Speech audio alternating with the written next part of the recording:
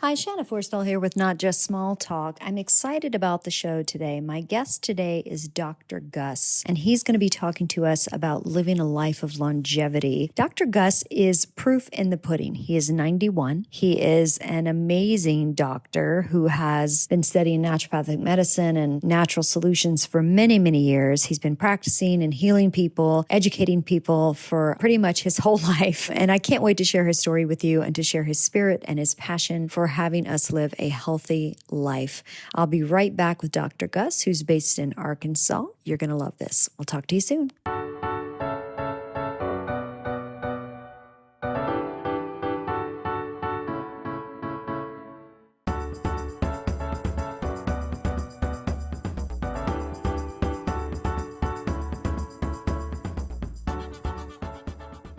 Shanna here with Not Just Small Talk. My guest today is Dr. Gus Reynolds, and I am so excited to have him on here. We're going to be talking about some really interesting things to do with health, and I am just excited to have him here. This is our first time to meet in person. Dr. Gus, welcome to the show. Thank you. Happy to be here. I'm so glad you're here. So you and your wife have been involved in naturopath-type medicine for a really long time. Both of us are very well educated in advanced nutrition. In advanced nutrition, that's what you call it. So that's what we're going to talk about today. But I wanted to start a little bit with just your story about who you are. So talk to me about your journey, like in your life. How did you get on the path of health? How did you learn about this stuff? Well, I was born to the mansion, so to speak, in that my mother and father were both naturalists. They believed that the body was a self-healing organism, and which that has been proven many, many times that it is. And they provided us with certain kinds of foods. But this was in the 1930s, and there wasn't anything really but really good foods. Our land was pure, our forests were pure, our air was pure, our drinking water was pure. All of those things are no longer pure. They're now medicated beyond belief. So consequently, we're getting a lot of illnesses created by what we actually thought were health things, and they're not. Right. So you grew up in a family that actually understood and believed in the things that we put into our body should be healthy and contribute towards our longevity. Absolutely, absolutely. Along the way, all of these things, like you're saying, have gotten polluted. Our water and land. You can't grow good, healthy food in soil that has been toxified with chemicals. So what do you see? Because I know you guys have a clinic where you've been servicing people for many years. And so you're based in Arkansas. Just so we tell people, you're in Edgemont, Arkansas. You're in a little town in Arkansas. You moved there to retire, though, right? Right. I was about 48 at the time I went up there. I was going to catch fish and hit golf balls. And I can tell you that within 90 days, unless you've got no brains at all, you cannot do that. You're bored. You absolutely go crazy. So I said, especially when you're in good health and you're doing great. What are you going to do, Well, I'm in a little town of 100 people. I thought, well, okay, so I'll get away from some of the fishing and some of the golfing, and maybe I'll see a few patients up here. You know, there's not very many. And within a very short period of time, I was seeing people from everywhere. They were looking for guys that were in my business who looked to health rather than disease as the final answer. Right. And I so began to build a practice that so today in that little town, I'm treating people from 42 countries, 36 states, 60 counties in Arkansas, 1/4 the population of Edgemont, which is 100. That would be 25 people in town that would come to see me. That's amazing. But your wife's involved in the practice as well. She's a in doctor. The health industry as well. She's a doctor of naturopathic medicine. This girl is so smart. I shouldn't have married her because she makes me look dumb.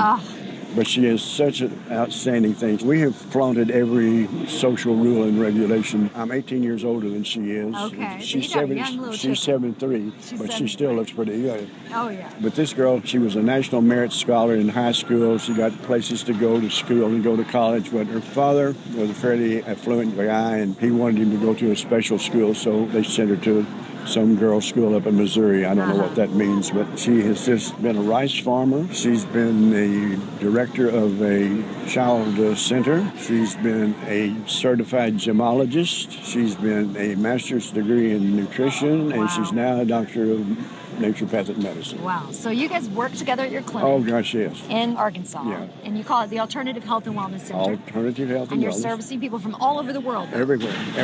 We talked about how our world's become toxic. What impact do you see that having on the people that you're treating right now? Well, right now, nobody can buy food if it's farmed in this country. Very rarely. Now, there are some farms that are set aside for organic farming, and that happens to be something that people are, well, it's so expensive. No, it's not expensive. If you eat organically, your bill will probably rise about $100 a month in cost. Right. but it's going to give you $1,000 in medical care that you don't have to have. That's a good That's a good investment. And then you don't have to suffer either. That's right. That's right. So, besides eating organic, what are other things that we need to be doing to take care of ourselves? Well, if we want to live long, healthy lives? Several of the new things in nutrition are we're learning what pathways do. Now, pathways are biochemical pathways, are things that in themselves are not worth anything except they initiate and create other things. For example, in 1998, 3 doctors from UCLA won the Nobel Prize in Medicine for the curing of heart disease because they found that the pathway that created nitric oxide, and nitric oxide is a thing which collapses and makes very soft, viable the cardiovascular system. In other words, it can control your blood pressure, it can control everything in your system. And so they did that, and they found out what drove the nitric oxide pathway, and it was a thing called arginine, which is nothing in the world but a very simple amino acid, and that amino acid is backed by another amino acid called citrulline, which causes more of the arginine to be created. And this nitric oxide is a gas, and that's why the citrulline also helps to keep balance within the system. And so, actually, I've used the product for 15 years, and I've had 1 cardiovascular death, and that's a pretty good record for almost any doctor. I should also point out that most of the people you're servicing are older. You told me that. Oh, yes. You're not working necessarily with young people. You're working with Well, older I'll tell you what we do. We have methods using what's known as a digital pulse wave analyzer, and what it does, it checks the frequencies of your blood vessels. We can actually age them. You might come to me at age 42, we'll say, but your blood vessels may be 62. Or you can come to me at 62 and your blood vessels may be 42. And once we know that, we know exactly how to take this pathway and get it to where you want. When I was age 70 is when I first started doing this. My blood vessels were 65 years of age, and I was 70 or 75 at the time.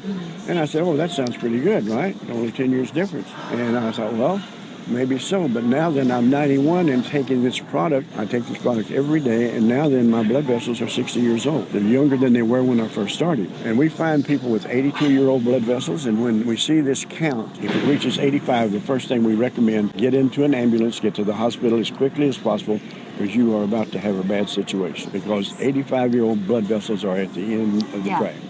So we have a lot of things. Another thing that we do that you might be interested in, we don't charge for office calls, because the price that you would get for talking to me for 15 seconds, and I'm going to charge you a couple of $100 for that brilliance, we felt like it would be more important that they spent that $200 for nutrients. And so consequently, they get their nutrients. And a new patient in our office, we'll spend anywhere from 3 to 4 hours with. We want to know about them. We want to know the name of their dog. What did their mother die from? What's their daddy do?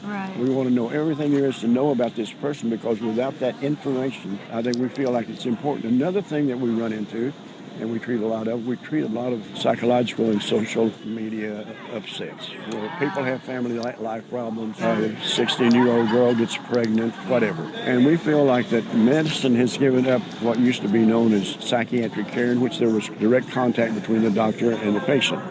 Today, it's a prescription and the patient. And they lost something very, very valuable when they gave that up, because if you don't relate to that patient, you don't encourage that patient, if you don't adorate those patients in some way and get them to do the best for themselves, they're never going to get well. So you're seeing psychiatric improvement. 60 years ago, I ran into a thing called orthomolecular psychiatry. It was created by 2 doctors up in Canada, and I got to be a student of it. I still use it, and it is the treatment of mental disorders with nothing but nutrition, and it works like a charm. No side effects, they get well. So depression, what else? Schizophrenia, whatever, anything. So you're finding it's a nutrient imbalance, and if that gets corrected, then the mind will... Well, the warning signs of any disease, whether it's mental or physical or psychological or religious, it doesn't matter. Anytime that you run into those problems, the symptom is the warning signs. You don't want to get rid of the warning signs. I have people call me, young kids, say, Doc, my daughter's got a temperature of 102, and he wants to know what to do for it. And I said, well, first, leave it alone, because what it's doing, it's killing the bacteria that's causing the fever. That's what it's for. The body's trying to do its thing. And the symptom is just telling us, and it's just telling us that you've got a problem. Something's wrong, we're working on it. Because if you leave it alone for a couple of days, now if it gets to 103, 104, you might want to start taking antibiotics. And the same thing is true with babies who get diarrhea. They can get dehydrated very quickly if you don't take care of them.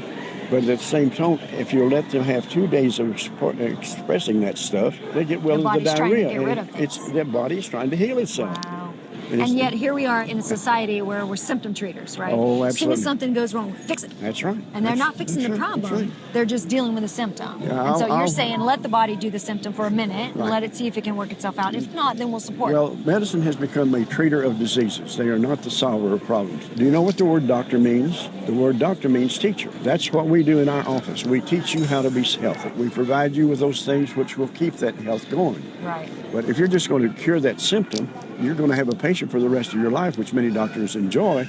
But I don't suggest that it's the ideal way of getting people to a state of health. So you consider yourself a teacher, which you should, because you teach I am. constantly. That's right. That's what you do. And you're empowering your people to live long, healthy lives. Right. Can we talk for a minute? Because, you know, and this is how you and I got connected. Right. I have a special interest in helping children and young people on the spectrum. And I'm working with Ryan Hetrick with the Restoring Balance documentary. Can we talk about brain-gut health for a second? Because it's all related, right? That's right. Well, the thing with brain health, it's a system in the body. And a lot of it has to do with probiotics. If you ever have been under care with a product that kills all the germs in your body, like penicillin or whatever, you are at a deficit immediately because you have now killed a lot of your healing system, which is the probiotics in your gut. Right. There's the big guys that I'm sitting here looking at a big guy, and that guy has over 100 trillion cells in his body. And I'm looking at you who's much smaller. You probably have 60 trillion cells. Now, those trillions of cells need to each and every one of them have to be satisfied every day with water and food and air. If you will recall the time that you were in your mama's belly and you've just been impregnated, the amount of water that you need now presents us every day with chemicalized water. Instead of pure water. And it's killing a lot of the good guys in your belly. And whenever you go and get an antibiotic, you're killing the good guys in your belly. And those good guys, whether you've got 100 trillion in this man's body, you have trillions of probiotics because the probiotic is what controls and manages that gut. That gut is your major system of immunity. Almost every system in every illness contains some degree of inflammation. People get a little confused. You can have an infection, and when you have that infection, you're going to have inflammation. But you can have inflammation every day that does not have any infection. And probably a lot of us are living with and that's the biggest problem is a lot of inflammation without infection. And of course, you can take fish oils and a lot of other things that can correct that. It's very simple to fix. The world is easy to do if you've got the tools to work with.